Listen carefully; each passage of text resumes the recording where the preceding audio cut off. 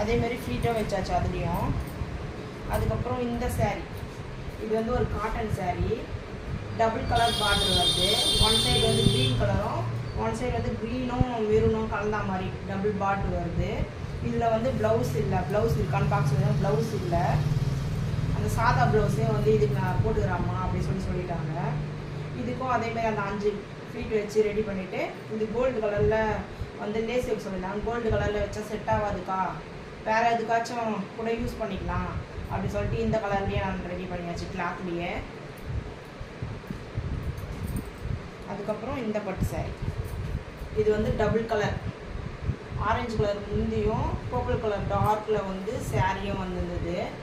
இதுக்கு ரெண்டுத்துக்கும் மேட்ச் பண்ணுற மாதிரி ஆரஞ்சு கலரில் ப்ளவுஸ் கொடுத்துருந்தாங்க. சாரியில் வந்து பிட்டு கிழிச்சு இந்த பால் வரும்ல பபுள்ஸ் மாதிரி, அந்த பபுள்ஸ் வச்சு ரெடி பண்ணியாச்சு.